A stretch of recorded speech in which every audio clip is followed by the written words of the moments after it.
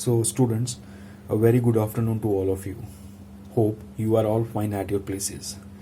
Now, today I am with you people with one important derivation in case of a synchronous machine where we have to be proved that the active volume in case of a synchronous machine is 4 pi by 4 d square L is equals to q into 10 raised to power 3 2 under root 2 pi AC Bm into Ns.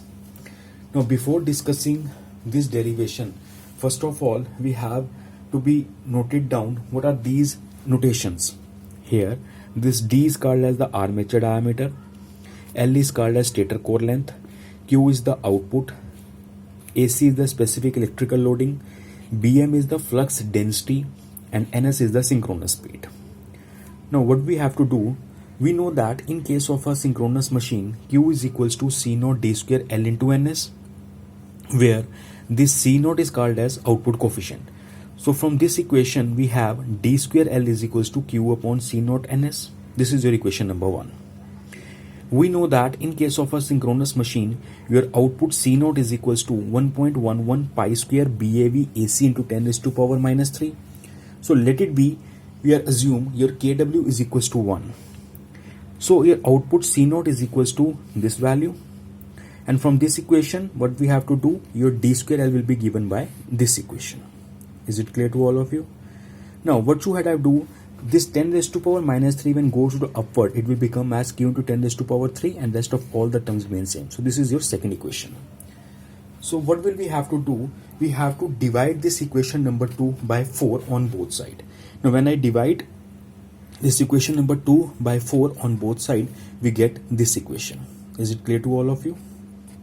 Next, after that, you have 4 pi by 4 d square L is equals to q into 10 raised to power 3 4 into 1.11 pi BAV AC into Ns. Now, pi upon 2 under root 2 is equals to 1.11.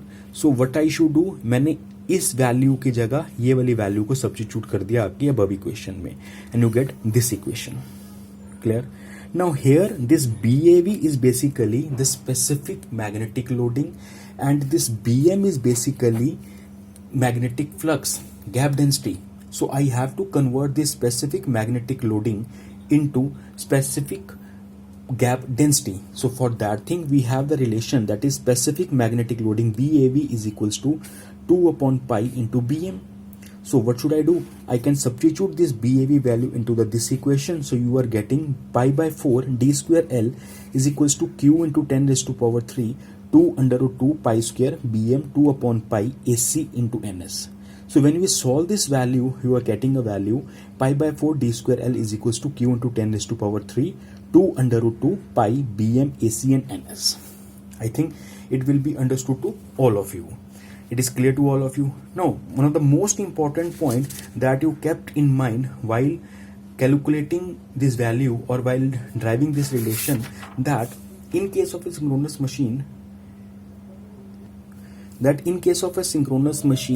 your product of diameter and length, the product of diameter and length is directly proportional to its output value and is inversely proportional to the specific electrical loading, synchronous speed and the gap density.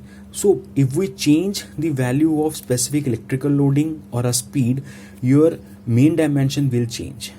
Clear? So I think this video is clear to all of you. So in the next lecture, we will meet with your another video.